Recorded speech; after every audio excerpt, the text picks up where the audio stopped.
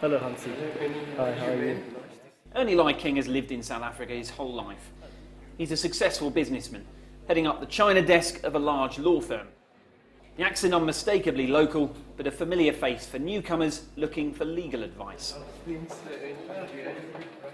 A beneficiary of China's growing presence here, his client list is rapidly expanding. Having been close to some big deals, he admits business relationships haven't always been smooth.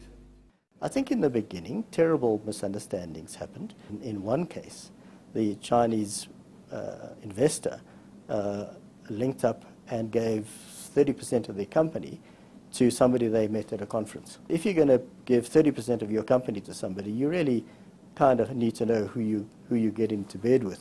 And other stories, some of malpractice, have, he believes, left a bad taste. But it's not as bad as it used to be. The importance of China as an economic force is really becoming quite a determining factor in South African businessmen understanding what the economic future holds for the continent. It's not all about money, though. One big challenge for Chinese people operating in this part of the world does still seem to be cultural.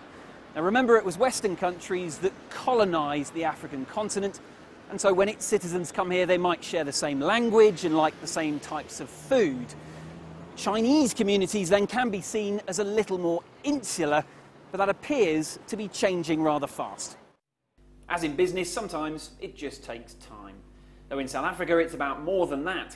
In the bad old days of apartheid, Mr. King might have been arrested for doing this. But in the non-racial South Africa, of course, no one batters an eyelid. The Chinese were regarded as coloureds. They weren't allowed to go to white schools. So, yeah, we grew up with that racial prejudice. I certainly did. 2 generations on, his home is still Chinese. There's this piece that is a big favourite of mine. It's called the Three Kingdoms. Integrating is one thing, forgetting where you're from is quite another, even for the 3rd generation. The children have a strong sense of their roots, of their Chinese roots, and very proud of it. I think that they'll retain them. Mr. King's friends are from all over, though he acknowledges that's a balance that can take a long time to find. Overseas Chinese community tend to stick together, as they've done throughout the world. And I think a lot of ethnic communities are like that. South African-born Chinese are pretty much integrated. The nightcap, not oriental at all. This, of course, is my all-time favourite. Ernie Lai King is a man who sees the best in both worlds. Guy Henderson, CCTV World Insight, Johannesburg, South Africa.